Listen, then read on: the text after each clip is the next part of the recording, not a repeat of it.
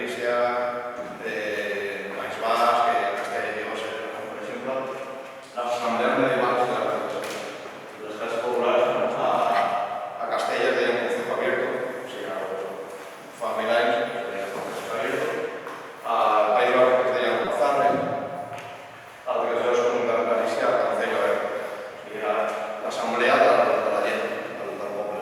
Estaven representades totes les cases, no havia partit polític encara, això és un invent del segle XIX, i era tota la gent que venia, la representació de totes les cases.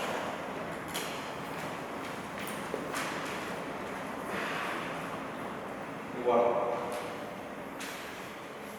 D'aquí jo no coneixia res, o sigui, sabia, vaig conèixer més d'altres llocs que d'aquí no, o sigui, no havia llibres de divulgació que expliquessin tot això, assemblees populars de l'edat mitjana o, per exemple, també de temes de béns comunals, etc. Coneixia d'altres llocs, a través de Fèlix i d'altres historiadors, però d'aquí no. Llavors vaig començar a investigar això aquí a Catalunya. Per veure si realment era m'explicaven la història aquí a Catalunya, que era des de sempre el que parlaven d'un individualisme agrari etern, o si no, o si hi havia algunes societats col·lectives o col·lectivistes com era, per exemple, a Castella o al País Basc, o també a Astúries o a Cantàbria.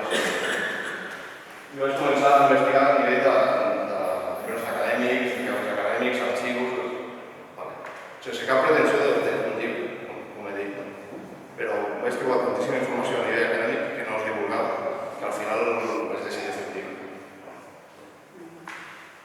A diferència del que has dit, que ens parla de les classes populars a Catalunya de l'antiguitat, ens parla molt dels costums, de les danses, dels balls i tal, però de lo que hi havia darrere, quan hi havia aquesta gent, no es divulga, no ho difusió. I això, la història de les classes populars és molt més que una qüestió folclòrica, sinó que hi ha darrere un rerefons polític, econòmic, etc. També una cosa que m'agrada molt de la filòsofa francesa Simone Weil és aquesta, que ha llegit la història de les ciències del sud. Quan vaig conèixer la història del comú català, de les classes populars, i vaig veure com tot això, en el segle XVIII i XIX, s'ho van carregar des de la Revolució Liberal,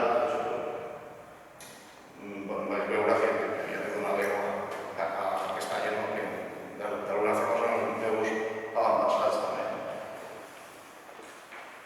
I per això m'agrada llegir aquestes coses. Sembla una frase molt mecànica i clar.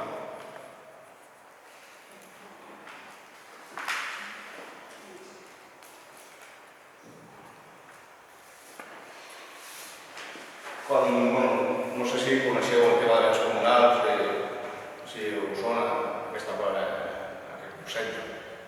Béns comunals és un concepte que no és ni propietat privada ni propietat pública o estatal. És com una cosa que existia abans, un tipus de propietat que era del comú de veïns, era de tots. Eren boscos, eren pastures, hi